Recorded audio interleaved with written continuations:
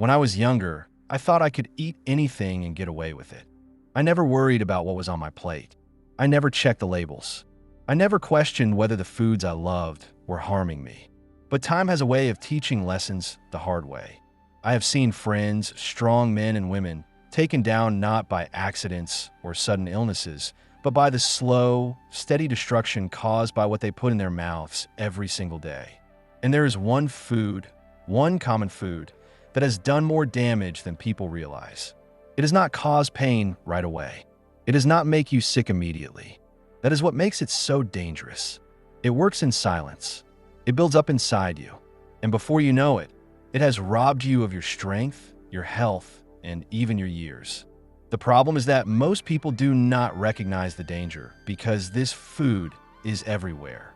It is in their kitchens, their grocery stores, even in the so-called healthy options they think are safe.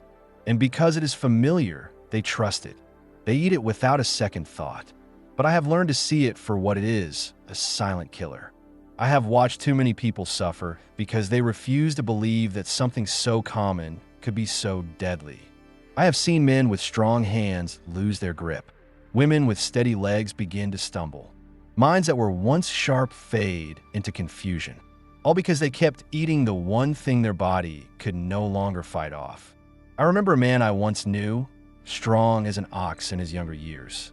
He built things with his hands, walked with purpose, never showed weakness. But as he got older, things changed. His energy faded. His strength disappeared. He moved slower, then barely at all. Doctors gave him names for his condition, said it was just part of aging. But I knew better. I watched what he ate. I saw the patterns. And I knew that the same thing that had taken him down was sitting on the plates of so many others. They did not question it. They did not challenge it. They accepted it as normal, until it was too late. What people do not understand is that your body changes as you age. What you could once handle without trouble now becomes a poison. Your body stops processing things the way it used to. Your ability to fight off the effects weakens. And if you do not adjust, if you keep eating the way you always have, you speed up your own decline. I have seen it happen over and over. People tell themselves they feel fine, that they have been eating this food their whole life and nothing has happened. But just because you do not feel it now does not mean it is not doing its damage. It builds up. It wears down your body little by little. And by the time you notice, it is often too late to reverse. I have seen people blame bad luck for their failing health. They say it runs in the family, that their father or mother had the same problems, that it is just genetics. But I have lived long enough to know that the biggest factor is not luck. It is choices. And the most dangerous choice people make every day is what they put in their bodies. The wrong food will rob you of everything. It will make your heart weak. It will clog your blood. It will poison your brain. It will make your joints stiff and your bones fragile. It will turn you into someone who cannot walk without pain, cannot remember simple things, cannot live without medication. And all because you did not stop to question what you were eating. I have had people look me in the eye and tell me I am being dramatic. That food is just food, that a little bit will not hurt them, that they would rather enjoy life than worry about every bite. But there is no enjoyment in losing your independence. There is no joy in sitting in a chair, unable to move the way you once did. There is no pleasure in watching your family worry about you because you can no longer take care of yourself. I have seen both sides. I have seen the ones who ignored the warnings and paid the price. And I have seen the ones who made the change, who took control, who stayed strong and clear-minded far beyond what anyone expected. And the difference between them was simple. The ones who lived well avoided the silent killer. People ask me, what is this food? They want a name, a single word they can remember. But it is not just one thing. It is in many things. It hides under different names. It sneaks into meals where you least expect it. But if I had to sum it up, I would say this. It is the food that raises your blood sugar too high. The food that forces your body to store more fat than it should. The food that inflames your joints, weakens your muscles, and slows your mind. It is the processed food, the refined food, the food that comes in packages with long lists of ingredients you cannot pronounce. It is the sugar hiding in sauces, the white flour in breads that offer no real nutrition, the oils that coat your arteries and make your heart work harder than it should. It is the food that was not made to nourish you, but to keep you coming back for more. I have seen men who once stood tall now hunched over, barely able to walk, because their bodies have been weakened by years of eating the wrong things. I have seen women who once had sharp minds now struggling to remember names, to follow conversations, because their brains have been clouded by the slow poison they consumed without question. And I have seen others, people who made the change, who stopped eating the foods that were harming them, who found new energy, new strength, even in their later years. They were the ones who did not accept decline as inevitable, who refused to let their bodies be broken down by something they could control. People think changing their diet means giving up pleasure. They think it means eating bland food, missing out on what they enjoy. But I will tell you what real enjoyment is. It is waking up with energy. It is walking without pain. It is remembering everything you need to. It is living without fear of what your health will take from you next. That is what happens when you stop feeding your body poison and start giving it what it actually needs. I have lived long enough to see the truth. The food you eat either keeps you alive or slowly kills you. There is no in between. And after 70, your margin for error becomes even smaller. If you want to stay strong, if you want to keep your mind clear and your body moving, you must make the change. You must stop eating what is easy and start eating what is right. Because once the damage is done, there is no turning back. And once you lose your ability to live freely, no food in the world is worth it. So I say this not to scare you, but to wake you up. Do not wait until it is too late. Do not tell yourself that a little will not hurt you. Do not make the mistake of believing that just because you feel fine today, you will be fine tomorrow. The silent killer does not warn you. It does not strike suddenly.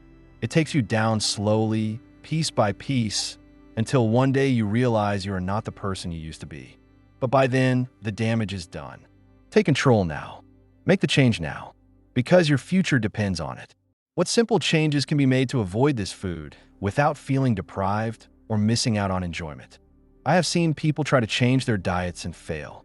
I have seen them cut out the foods that are killing them, only to go back to them weeks later because they felt deprived, because they missed the taste, because they felt like they were losing something instead of gaining their health back. That is the biggest mistake people make when they try to stop eating harmful foods. They focus on what they are giving up instead of what they are getting in return. They treat it like a punishment instead of a decision to live better. And that mindset will ruin you before you even start. The first and most important change is not what you eat. It is how you think about food. If you tell yourself you are missing out, you will always feel deprived. But if you understand that you are giving yourself the gift of more years, more energy, and more freedom from sickness, then the change becomes easy. You have to see food for what it really is.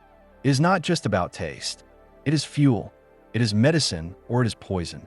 It is what keeps you moving or what slowly breaks you down. The choice is yours. I have learned that the easiest way to avoid bad food is to make sure you're never hungry for it.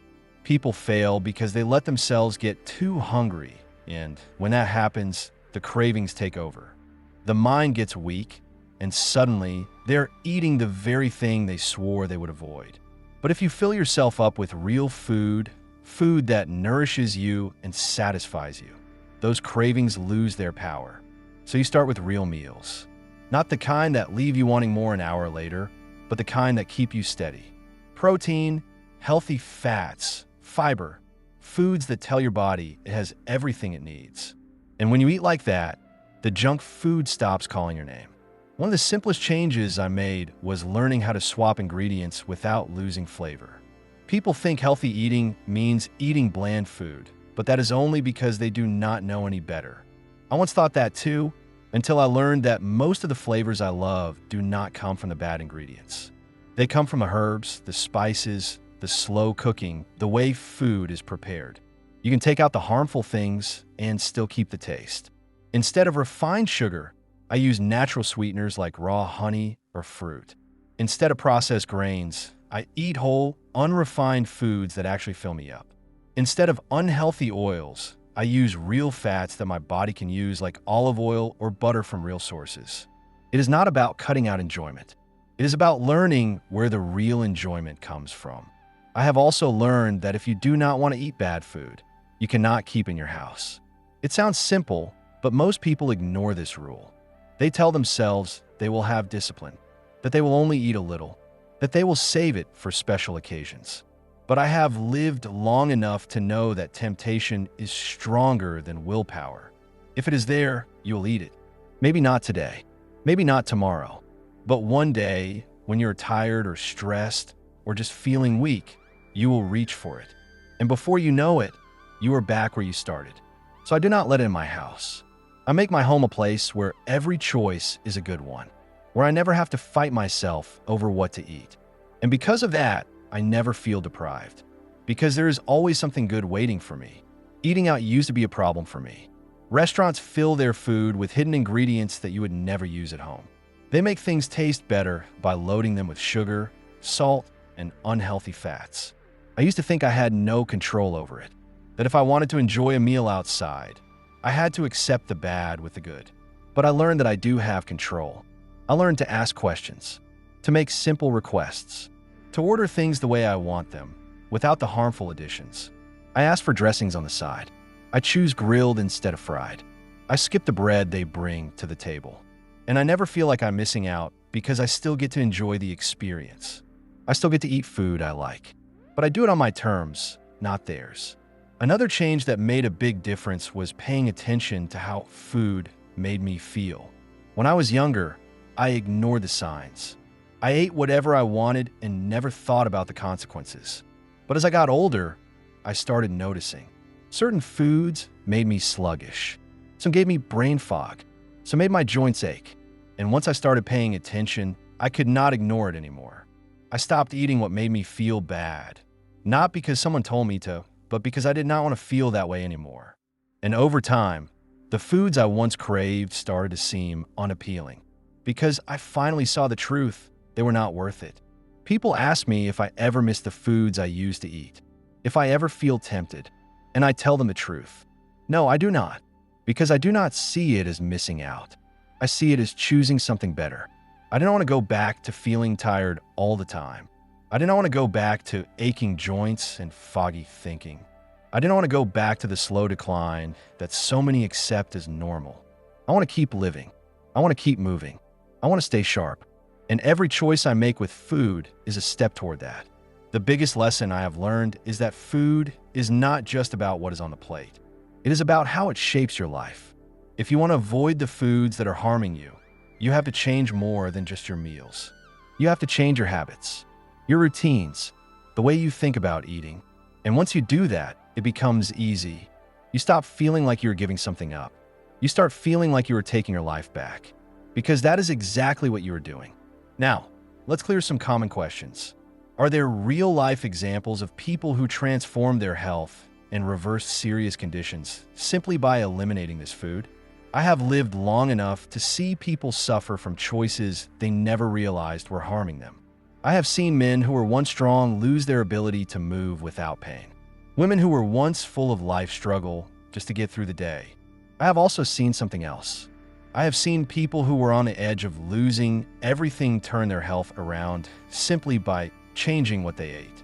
I have watched with my own eyes as people who were told they would never get better found strength again. And it all started with the decision to stop eating the food that was slowly killing them. There was a man I knew, a good man, who had spent his whole life working hard. He built things with his hands, never shied away from a day's labor, and always took care of his family. But as the years went on, something changed.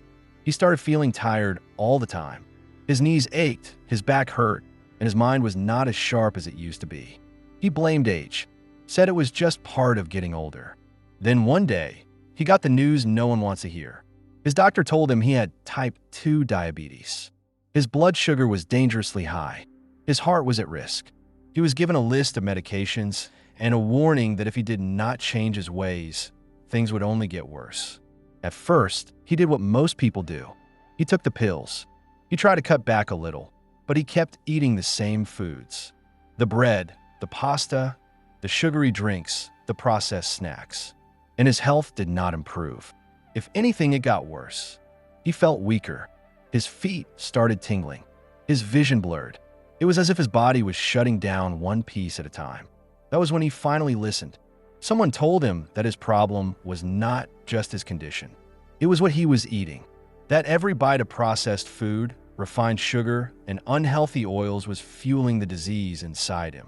That if he wanted to get better, he had to stop feeding the thing that was destroying him. So he did. It was not easy. The cravings were strong at first. His body was used to the sugar, the quick energy from processed foods. But he pushed through. He replaced the bad with the good. He started eating real food, meat, vegetables, healthy fats. No more packaged meals.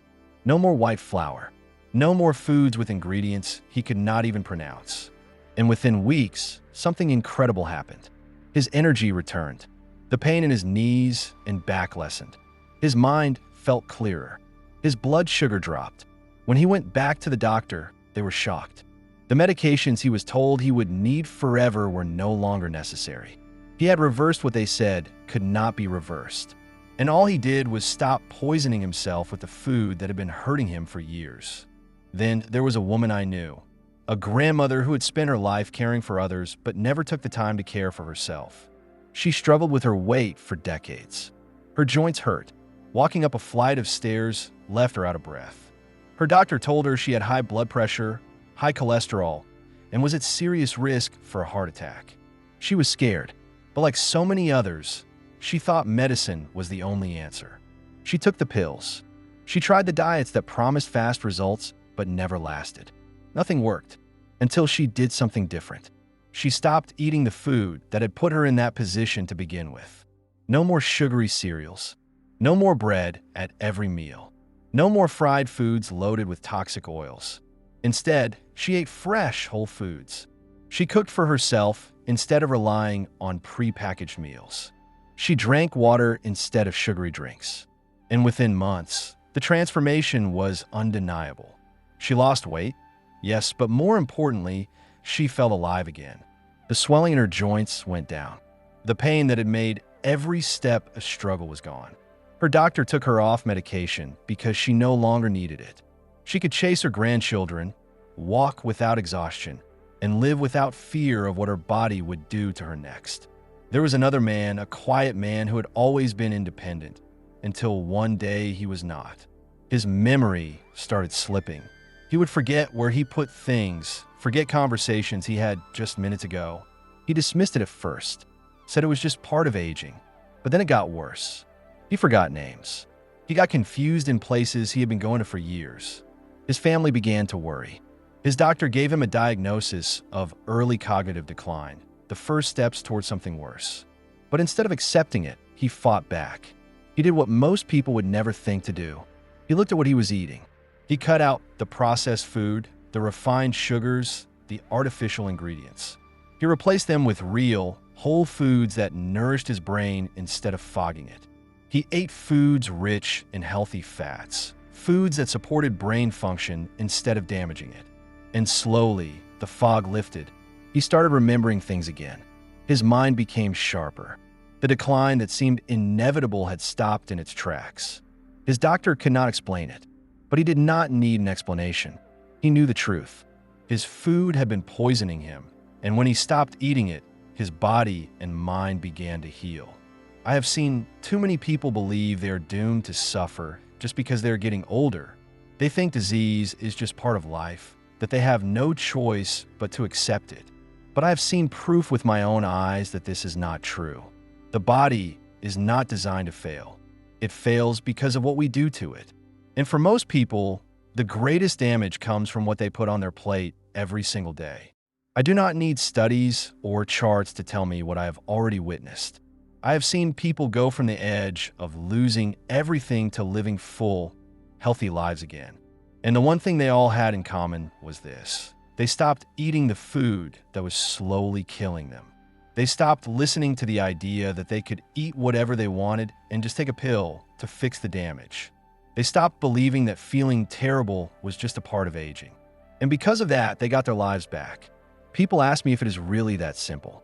If just changing what you eat can really make that much of a difference. And I tell them yes, because I have seen it happen over and over again. I have seen people who were supposed to be too sick to recover come back stronger than ever. I have seen people who were told they would never get better prove everyone wrong. And if they could do it, so can anyone else. All it takes is the decision to stop feeding the problem and start feeding the solution. The choice is always in your hands. What is the single most important piece of advice for someone over 70 who wants to take control of their health and avoid the slow destruction caused by this food? Son, if you're asking me what the single most important piece of advice is for someone over 70 who wants to take control of their health and avoid the slow destruction caused by this food, then sit down and listen close. I have lived long enough to see more than my fair share of good men and women robbed of their vitality, their independence, and their dignity. I have seen people who once walked tall and strong reduced to shells of themselves, all because they put the wrong things in their bodies day after day, year after year. The answer to your question is as simple as it is painful. If you want to stay sharp, stay mobile, and keep hold of your freedom for as long as this life will allow, then you must do everything in your power to eliminate processed sugar from your diet. I do not mean cut back. I do not mean indulge in moderation. I mean get rid of it completely. No exceptions. No just this once excuses. No letting yourself slide because it is a holiday or because you have had a hard day. If you let it in even a little, it will find a way to take hold of you again. It will drag you back down that road where your joints stiffen, your memory fades, and your body betrays you piece by piece. I have seen too many people learn this lesson too late, and I do not want that for you. I know what you are thinking. You are thinking that I sound extreme. You're thinking that a little sweetness now and then is harmless. You're thinking that life without sugar sounds like a miserable existence. But let me tell you something. There is no greater misery than losing control of your body. There is no greater misery than waking up each morning feeling sluggish, in pain, and unable to do the things you once loved. There is no greater misery than looking at yourself in the mirror and not recognizing the person staring back at you. Sugar is not just an innocent little treat. It is a poison, a thief, and a slow killer. It does not take you in one great blow like a sudden accident or an unexpected illness. No, it works in the shadows, stealing from you bit by bit, so that by the time you realize what has happened, you are already trapped. It seeps into your cells, inflames your joints, clouds your mind, and weakens your heart. It feeds the diseases that tear people apart in their later years. Diabetes, heart disease, dementia, arthritis. These are not just random curses of old age. These are the results of decades of consuming what the body was never meant to process in such quantities. I have lived through enough years to remember a time when people did not eat like they do today. We did not have aisles upon aisles of boxed, bagged, and bottled garbage lining the shelves of every store. We did not have sodas, energy drinks, and fancy coffees loaded with more sugar than an entire meal should contain. We did not eat desserts after every meal, nor did we start our mornings with pastries and cereals that might as well be candy. We ate real food: meat, vegetables, eggs, butter, nuts, and a piece of fruit when it was in season. We were not perfect, but we were a damn sight healthier than the generations that came after us. I have seen the change with my own eyes. I have watched people grow weaker, sicker, and more dependent on medications as their diets have filled with sugar in all its hidden forms. You may be thinking that it is too late. You may believe that after 70 years of habits, your body is already too far gone. That is the biggest lie of all. Your body is a miracle. It wants to heal. It wants to be strong. It wants to serve you well for as long as you are on this earth. But you have to give it a fighting chance. If you stop feeding it poison, it will begin to repair itself in ways you never thought possible. I have seen people who could barely walk regain their strength. I have seen people who struggled to remember names and faces find clarity again. I have seen pain that seemed permanent fade away, all because they finally made the choice to stop digging their own graves with their forks. If you make this decision, it will not be easy. Sugar is a liar. It has fooled your brain into believing that you need it, that you crave it, that life without it would not be worth living. It has built itself into your habits, your emotions, your routines. It is in your morning coffee, your afternoon snack, and the meals you eat without a second thought. It is hidden under names you do not recognize. It is disguised in foods you never suspected. It will take work to break free. You will feel the pull of it like a chain around your neck. You will have moments of weakness when you tell yourself that just one bite will not hurt. But if you push through, if you hold firm, you will come out on the other side feeling stronger, clearer, and more alive than you have in years. You do not have to believe me right now, but I challenge you to try it. Give yourself 1 month.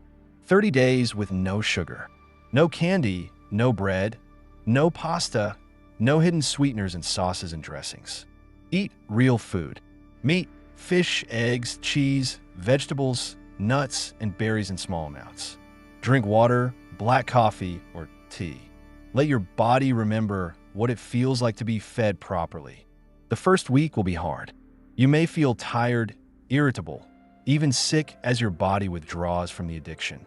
But if you push through, something incredible will happen. Your energy will return. Your mind will sharpen. Your aches and pains will lessen. The weight that has clung to you for years will begin to melt away. And once you feel that freedom, you will never want to go back.